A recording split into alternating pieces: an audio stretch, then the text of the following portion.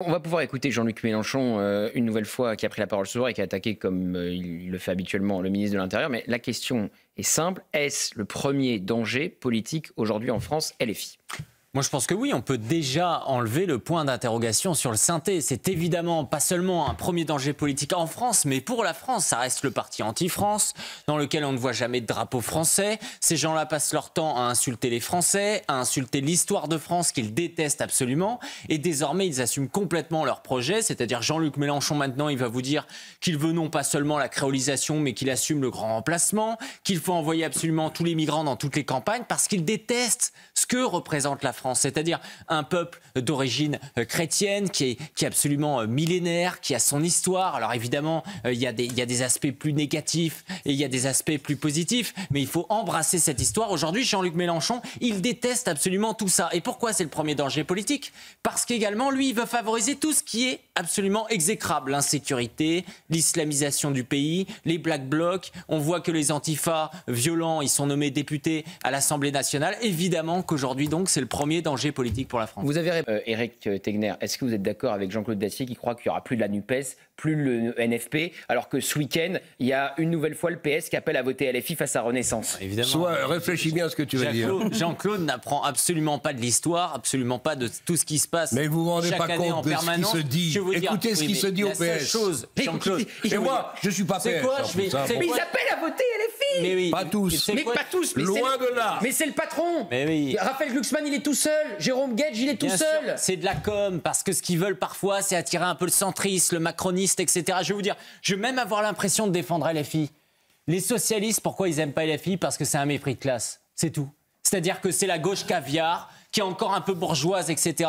et qui voit les députés LFI un peu comme les gens de bas étage. Bon, au moins, c'est bien, ça nous fait un point commun là-dessus. Mais ça n'empêche pas du tout qu'aujourd'hui, dans les faits, ils ont exactement le socle commun. C'est ça la vérité aujourd'hui qu'on voit. Mais moi, Et quand vous voyez que même la tête de la mairie de Marseille, c'est Benoît Payan, pardonnez-moi, quand vous regardez les politiques qui fait du clientélisme en permanence. Mais oui, c'est exactement. Il ne peut pas nous faire le lien immigration et insécurité quand il y a un Tunisien qui frappe dans sa ville. Mais ils sont d'accord sur tout. Et sur la question de la Palestine, pardonnez-moi, le 8 octobre, il y avait bien plus de divergences entre LFI, les socialistes et Renaissance qu'aujourd'hui, parce qu'il y a eu un grand mouvement d'alignement sur le soutien à la Palestine ces 2 dernières années. Donc c'est ça la réalité. Moi, ce que je trouve aussi, c'est qu'on ne dit pas assez que oui, LFI, c'est un parti antisémite, mais c'est aussi un parti de racaille. Parce que moi, quand j'entends Monsieur Mélenchon dans le discours que vous avez mis tout à l'heure, qui nous dit les révoltes urbaines. Révoltes urbaines.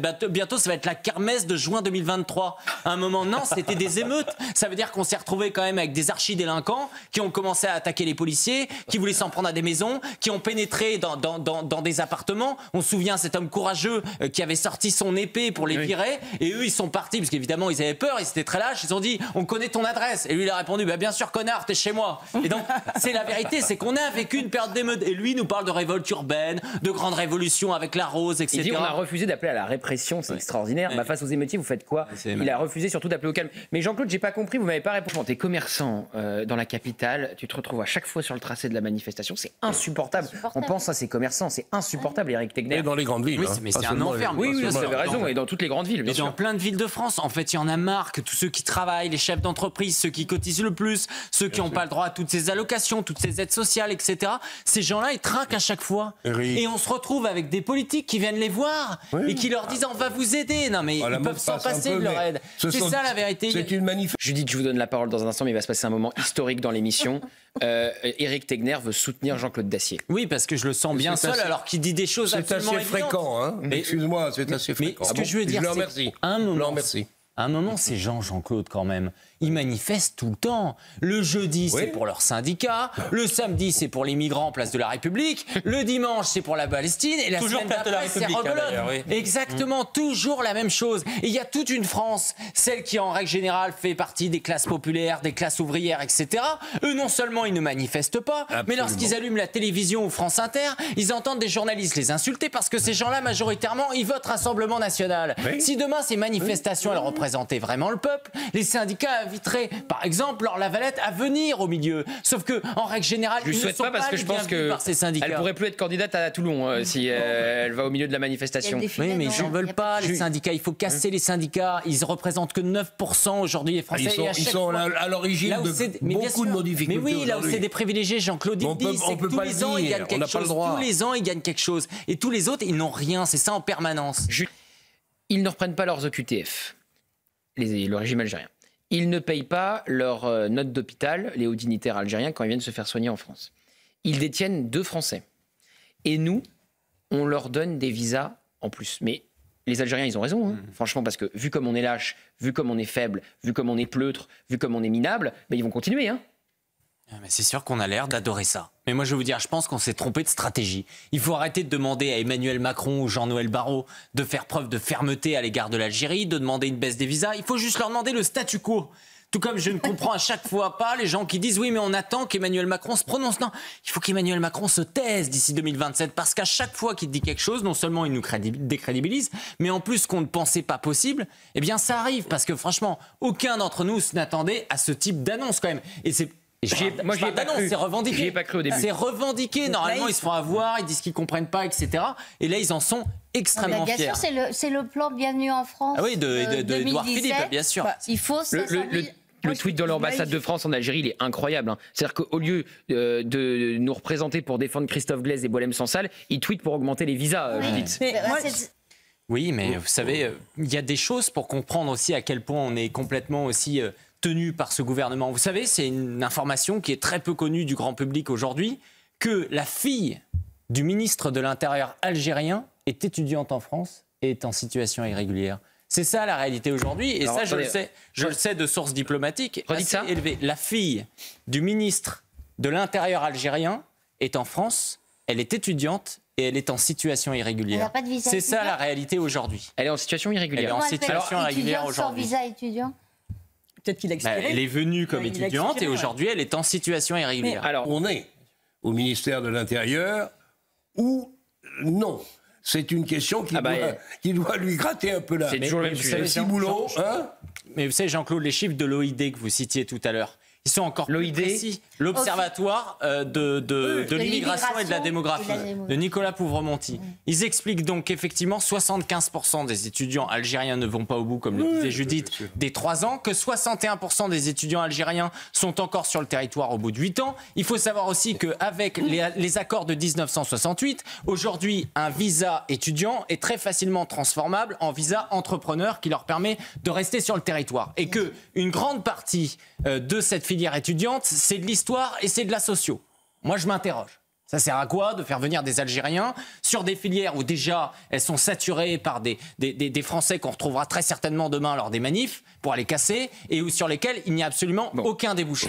Eric Tegner, sur donc la répartition des migrants, 30 000 migrants au moins à répartir au sein de l'Union européenne. Oui, parce que c'est leur nouvelle stratégie. Moi, j'en ai beaucoup parlé. C'est ce que j'avais constaté quand j'étais allé à Lampedusa. C'était l'énorme bazar. Il y avait 8000 migrants qui étaient arrivés en près de 48 heures. Et à ce moment-là, qu'est-ce qu'avaient compris les dirigeants européens? C'est que finalement, ça faisait un peu bazar. Donc, ils ne se sont pas dit on va arrêter l'immigration en provenance de ces différents pays. Ils se sont dit on va mieux les répartir. Et donc, ils ont organisé un système de gestion. On le voit très bien dans les îles Canaries où les migrants arrivent. Ils sont pris en charge par les ONG.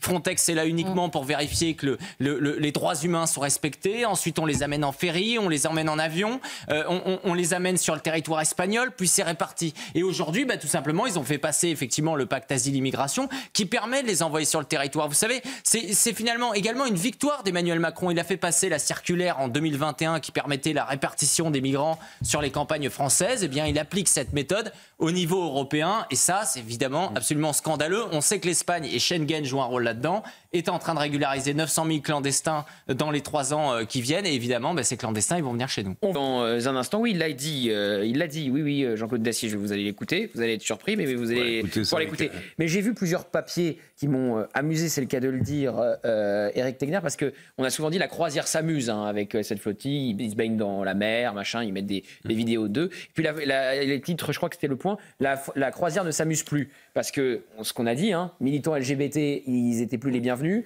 Homophobie, bah oui, ça fait rarement bon ménage avec l'islamisme qui est hégémonique à Gaza avec le Hamas. Et donc, cette flottille s'est un peu désintégrée avec des départs, avec une vague de départs, même si Greta Thunberg a quitté la direction et fait quand même partie des personnes interceptées par Tsahal ce soir. Oui, c'est sûr que ça explose, mais il ne faut pas être naïf. Ils ne sont pas en train de découvrir la problématique en raison de cela. Ce sont les premiers au courant.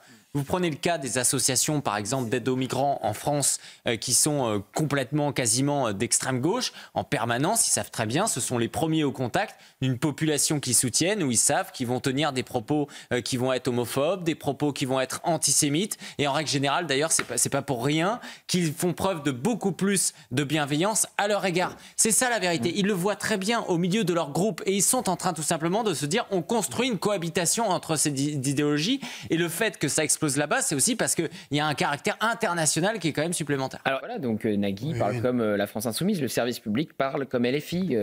Oui, Eric. Et tout le monde de la culture. Hein. Vous savez, aujourd'hui, en France, la majorité du monde culturel est complètement sur cette ligne. Hein. Donc Jean-Luc Mélenchon n'est absolument pas marginal de ce point de vue-là. C'est pas pour rien qu'aujourd'hui, dans les jeunes générations, quand même, moi, c'est ce qui me catastrophe, parce que j'en fais partie. Donc je me dis qu'à un moment, c'est quand même les 20 ou 30 prochaines années qu'on est en train de construire. Honnêtement, c'est très difficile. C'est vraiment très difficile de soutenir Israël, ou en tout cas d'avoir un avis un peu tempéré sur ce sujet, parce que systématiquement, vous allez avoir des jeunes, même des jeunes, je vais vous dire, même des jeunes plutôt centristes, même s'il n'y en a pas beaucoup, qui se retrouvent pollués par tout ce type d'idées de Jean-Luc Mélenchon, à Nagui, et qui disent, bon, à un moment, il y a quand même un consensus, et qui vont reprendre justement ces chiffres du Hamas. Ah ben, on le résout pas. D'ailleurs, c'est quand même avec la complicité d'une partie de la droite française, hein, parce que je rappelle que les Républicains ont soutenu le pacte asile-immigration, en tout cas une bonne partie des Républicains l'a fait.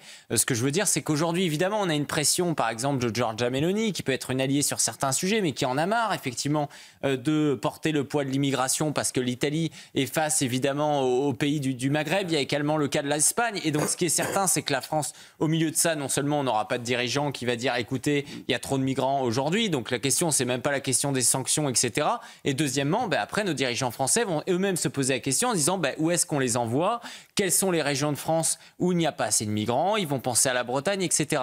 C'est ça leur mentalité depuis le début. Vous savez, quand on en a parlé toute la semaine, quand on parle de grands remplacements et qu'on peut dire oui, mais c'est pas une question de projet, etc. Là, je suis désolé, il y a un projet, c'est dans un projet de loi qui a été voté par une grande partie des Européens aujourd'hui, et l'objectif, c'est de faire en sorte qu'en fait, on ne les voit pas, que ça soit bien géré, qu'on ne ghettoise pas les migrants pour rendre les choses acceptables au fur et à mesure des choses. Alors, Eric Tegner. Et un petit point sur ce pacte asile-immigration, parce qu'on parle beaucoup de Frontex. Il faut savoir une chose, hein, c'est qu'en Europe, la seule voie migratoire qui a baissé ces derniers mois et ces dernières années, c'est la route des Balkans. Et pourquoi ? Parce que c'est grâce aux Bulgares, tout simplement, qui, voulant rentrer justement dans l'espace Schengen, ayant la Turquie en face, a vraiment fait le travail. Et je vais vous dire, moi j'en ai vu beaucoup des policiers bulgares là-bas. En règle générale, qu'est-ce qu'ils nous disaient ? Dès qu'il y a des migrants arrêtés, on dit à Frontex d'aller ailleurs. Donc à chaque fois qu'ils arrivent à intercepter des migrants, c'est quand il n'y a pas Frontex. Parce que si Frontex est là, ils ne peuvent pas faire ce qu'ils font généralement, c'est-à-dire ce qu'on appelle tout simplement du refoulement. C'est-à-dire de les renvoyer de l'autre côté de la frontière, il n'y a que ça qui marche. Bien sûr, et vous savez que je ne suis pas, moi, personnellement, dans le soutien absolu, aligné à l'Ukraine, etc. Que je suis du genre également à remettre en cause certaines choses qui ont été faites. Simplement, Donald Trump, il a raison. C'est-à-dire qu'aujourd'hui, dans les faits, Vladimir Poutine, il veut tester en fait la capacité de l'Union européenne, et on est extrêmement faible. Et moi, ce qui me dérange, en fait, c'est quoi ? Ce qui me dérange, c'est de devoir supporter des dirigeants européens qui nous expliquent qu'il faudrait envoyer, comme pour citer Emmanuel Macron, des mecs à Odessa pour se battre, qui vont nous parler de tout ça, et lorsqu'il y a un petit drone qui débarque chez nous, ils savent pas lui tirer dessus. Moi, j'aimerais bien qu'on arrête d'être des va-t-en-guerre à expliquer qu'on va mettre des troupes européennes et françaises en Ukraine face à la Russie, et qu'en revanche, dès qu'un drone dépasse la frontière européenne, en moins de 2 minutes, il se fasse dégommer. Et bien entendu comment dire, dans le cas des avions, c'est la même chose. Une fois, ça passe. 2 fois, ça ne doit pas passer. Parce qu'on le sait, et aujourd'hui, je le pense d'ailleurs, que Vladimir Poutine crée une erreur. Il crée la même erreur qu'il a fait en envahissant l'Ukraine, en ne voyant pas qu'il y avait une partie de l'Ukraine, notamment l'Ukraine de l'Ouest, qui n'était absolument pas russophile, contrairement au Donbass. Et donc là, il croit vraiment qu'en fait, c'est quoi sa stratégie ? Sa stratégie, c'est de penser que l'Union européenne ne mourra pas pour les pays de l'Est. Mais pardonnez-moi, les pays baltes, ils sont rentrés dans l'OTAN en 1999. D'ailleurs, ça a été fait avec l'approbation de la Russie à ce moment-là. Et ça risque de renforcer l'Union européenne, même ceux qui sont critiques par rapport à l'Ukraine. Et donc ça, c'est une erreur. Et le dernier point également, c'est qu'on constate quoi? On constate que finalement, on n'est pas prêt. Et donc, ça veut dire que pour les Russes, la surprise, l'effet de surprise ne fonctionnera plus. Si on est un peu malin, d'ici 1 ou 2 ans, on aura su s'adapter. Et à un moment, quand même, je pense que Vladimir Poutine, il a cramé une cartouche. Donc c'est une erreur. Il aurait dû l'utiliser plus tôt dans le cadre potentiellement d'une montée en puissance dans 3 ou 4 ans. Alors, voyez la information très importante. Ah, bien sûr, c'est fondamental ce qui est en train de se passer. Mais vous savez, pendant l'élection américaine, les gens ne comprenaient pas Trump. À chaque fois, j'essayais d'expliquer, par exemple, Laure Mandeville, elle avait fait de longs articles sur Donald Trump où elle disait que le plan, il était simple. C'est Donald Trump allait proposer un deal et que si jamais il n'y avait pas de deal, il serait en capacité de surarmer l'Ukraine bien plus que Joe Biden ne le souhaitait. C'est de la cohérence. On a à chaque fois essayé de le caricaturer. Et on l'a vu sur l'Iran. On a cru que c'était un pacifiste et que jamais il le ferait parce qu'on avait oublié qu'il avait su, dans le désert du Golan en 2019, éliminer quand même des soldats russes. Il avait su le faire. Et ça, Vladimir Poutine l'a retenu. La vérité aujourd'hui, quand je vous écoute, c'est que on parle de drones. On n'a pas besoin des Américains. On a besoin de faire décoller un Rafale. On a des missiles. C'est terminé. On tire dessus. L'énorme problème, c'est que lorsqu'un drone pénètre dans l'espace de l'Union européenne, on attend près de 14 minutes pour réagir parce qu'il n'y a pas de chaîne de commandement. Et donc, il faut être en capacité d'avoir une souveraineté française pour décider. Si l'OTAN n'est pas efficace, on doit être en capacité de décider. Moi, je le pense qu'on aurait pu faire la paix avec les Russes, notamment en avril 2022, que ça a été complètement lâché par les Américains et par Boris Johnson. Et je crois qu'aujourd'hui, au vu des avancées russes, notamment on peut penser à Dnipropetrovsk, qui ne fait pas du tout partie des 4 oblasts aujourd'hui revendiqués par Vladimir Poutine, qui ne s'arrêtera pas. Moi, je pense qu'il n'y aura pas de paix dans les années à venir. Et je pense qu'effectivement, alors qu'avant... Vous pensez que Poutine ne s'arrêtera pas? Ah, mais bien sûr, mais parce qu'en fait... Voilà. Mais c'est ça la vérité. Moi, je veux dire, quand j'étais là-bas en Ukraine, côté russe, côté ukrainien, j'expliquais tout le temps, on se trompe, c'est une armée qui apprend, ce sont des Russes qui sont motivés, des Russes qui ont notre âge, qui ont 22 ans, qui étaient étudiants, qui ont tout laissé tomber. Qui sont aussi emmenés de force sur le front ukrainien. Il n'y a pas de mobilisation. Il n'y a pas de mobilisation forcée en Russie. Elle est marginale. Elle vient, vous savez d'où elle vient? La mobilisation forcée. Il n'y a pas un Russe forcé sur le front ukrainien. Elle vient de l'Est. Ils prennent les minorités de l'Est. La vérité aujourd'hui, c'est qu'ils sont ultra déterminés. Moi, j'en ai parlé à des dizaines et des dizaines de Russes. Vous croyez que les Russes qui ont notre âge, ils ont envie de se battre contre les Ukrainiens? Je vous en parle parce que moi j'étais sur les lignes de front. Pardon Gauthier, moi j'étais sur les lignes de front avec ces jeunes de 22 ans. C'était pas des chatbots, c'est une réalité. C'est-à-dire que pour moi, il n'y a pas de conscription forcée en Russie. En fait, je suis désolé. Ils sont tous volontaires, ils ont tous envie d'y aller. Dans un pays mourir. Dans un pays comme la Russie, vous ne posez pas la question. Non mais je suis désolé. Mais en fait, vous savez quoi? L'énorme problème, c'est que vous ne connaissez pas ce qui se fait. L'énorme problème, c'est ça. Et si je suis justement en train de considérer que les Russes ne feront pas. Mais c'est pareil pour les Ukrainiens d'ailleurs. Ils n'ont pas envie de mourir. Bien plus. Mais il y a bien plus d'Ukrainiens qui ont quitté l'Ukraine. Il y a bien plus d'Ukrainiens qui ont quitté l'Ukraine. Et je vais vous dire, je peux le comprendre. Quelle est la différence entre les deux régimes? Oui. C'est quoi la différence entre les deux régimes en Russie contre votre famille si vous quittez le pays et vous n'avez pas vous battre? L'énorme différence qu'on a. Et je vous invite à aller voir le musée à Moscou sur la Grande Guerre. L'énorme différence, c'est qu'ils sont habitués. Ils ont eu des millions de morts pendant la Seconde Guerre mondiale. Ils sont éduqués comme ça depuis tout jeune. En fait, moi j'ai du mal à comprendre. Vous dites les Russes sont dangereux. Et vous dites dans le même temps, les gens n'ont pas envie d'aller se battre, ils sont forcés. Je suis désolé, s'ils sont forcés, c'est que les Russes ne sont pas dangereux. Si les Russes sont dangereux, c'est pas les Russes dans leur globalité. Mais oui. C'est pas les Russes, c'est le gouvernement russe. La jeune génération, elle est déterminée, elle est motivée, et elle est complètement raccord avec Vladimir Poutine. Et Vladimir Poutine, l'entièreté de la jeune génération. La seule opposition de Vladimir Poutine aujourd'hui, ce sont les ultranationalistes. C'est pas la gauche, c'est pas ceux qui veulent arrêter la guerre. Éric Tegner, sur le bateau au large de Saint-Nazaire, le bateau russe. Moi, ce que je vous dis, c'est qu'en fait, à un moment, là où je suis pas d'accord avec vous, mais je vais pas revenir dans le débat, c'est que... Le bateau russe. Oui, mais c'est lié en fait. Moi, le bateau, s'il est là juste pour faire de la provocation, c'est de la communication.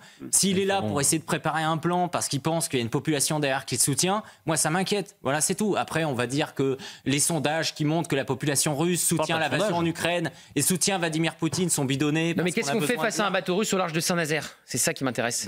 Moi, je pense que si c'est un bateau russe et qui refuse de partir, on va l'arrêter, on va la raisonner. Et voilà, c'est terminé. Moi, je les trouve assez cohérents, les filles, sur le coup. C'est-à-dire qu'il faut lire ce qu'ils disent à chaque fois qu'ils sont en train de critiquer le plan de Trump. Eux, ils considèrent que le plan de Trump, finalement, c'est la colonisation de Gaza et que ça ne laisse aucune chance à Gaza de prospérer. on ne cesse de dire sur ce plateau de télévision le fait qu'aujourd'hui, effectivement, la France insoumise soutient plutôt la ligne du Hamas, c'est-à-dire la ligne qui va consister finalement presque à terme, si cela était possible, de fragiliser tellement Israël que Israël serait obligé finalement de se réduire à portion de chagrin. C'est ça la vérité. Et le plan de Trump aujourd'hui, bien sûr qu'il sauve des vies, mais en termes de projet pour Gaza et pour la Palestine, il n'est absolument pas dans la ligne aujourd'hui de la France insoumise. Absolument. Donc elle a un intérêt quand même à faire en sorte que la flamme du Hamas, où ils vont lui trouver un nouveau nom demain, perdure. Et c'est la raison pour laquelle il ne faut pas penser que ce plan va apporter la paix les 40 prochaines années. Et s'il y a en France des gens qui sont quand même capables de rester sur la ligne du Hamas, croyez-moi, à Gaza, il y en a. Je pense qu'il y a un double phénomène. Il y a ce qu'on vient de dire sur la situation à Gaza, mais aussi ça montre le leadership quand même de Rima Hassan. C'est-à-dire qu'aujourd'hui, on voit à quel point Rima Hassan est en capacité, par exemple, de s'en prendre à Aymeric Caron ou de s'en prendre à différentes personnalités quand même de son camp et à ne jamais être fragilisée par cette situation. Elle prouve à chaque fois, parce qu'à chaque fois c'est une opération test, qu'elle appuie sur le bouton et tout le monde se mobilise. Et ce qu'elle prouve également, c'est que d'une certaine façon, Jean-Luc Mélenchon aujourd'hui obéit totalement à ce qu'elle essaie de dire. Mais il y a une cohérence également géopolitique là-dessus. C'est la logique du Sud global. C'est pas pour rien que Sofia Chikirou soutient la Chine et donc qu'il ne parle pas des Ouïghours. Et tout cela est important. Et s'il critique Donald Trump, c'est qu'ils sont bien en train de voir qu'il y a une partie du monde arabe qui est prêt en fait à un petit peu fractionner par rapport à cette il est vraiment... Absolument. Mais le problème, c'est qu'ils se sont habitués, tous ces juges et ces législateurs, au fait que les policiers se fassent menacer en permanence. Mais il y a quand même une différence avec ceux qui sont simplement menacés sur les réseaux sociaux, c'est que les policiers, ils le vivent au quotidien, ils le vivent tout le temps. Et je vais vous dire même... Oui, c'est pas comme la magistrate, elle n'a pas été lynchée par 5 personnes. Hein, et l'outrage à magistrat, l'outrage à policiers, etc., les violences, je veux dire, la majorité des policiers ne passent pas leur temps à porter plainte parce qu'ils vont se faire insulter lors d'une pénétration, par exemple, dans un quartier, parce qu'ils savent que sinon ça va exploser. Donc c'est ça la vérité. Et en plus, ils savent que derrière, il n'y a rien. Moi, je comprends pas qu'on soit pas en capacité même de leur faire 3 jours de prison. Et d'ailleurs, même, ça serait là, il y a même productif parce que les gens comprennent. Là, mais bien sûr, mais il devrait des peines minimales, parce que c'était le sujet du sondage. La peine minimale, ça devrait être de base. Vous faites 1 semaine en prison si vous êtes violent avec un policier, si vous le menacez de mort. Et point barre, c'est une peine planchée. Ça doit être obligatoire, ce genre de choses. Et ça va les réveiller parce que derrière, en fait, il n'y a pas de sanction. Et un jour, et il y en a souvent, c'est des policiers qui finissent par se retrouver handicapés ou alors qui se font assassiner.